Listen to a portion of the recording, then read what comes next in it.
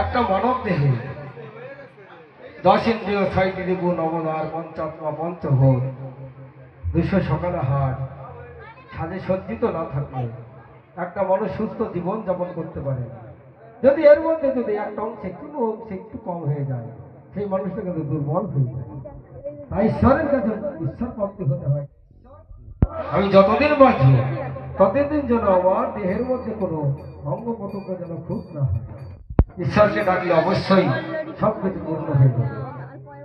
সবে বলো জয় বলো জয় বলো রে সবে সবে বলো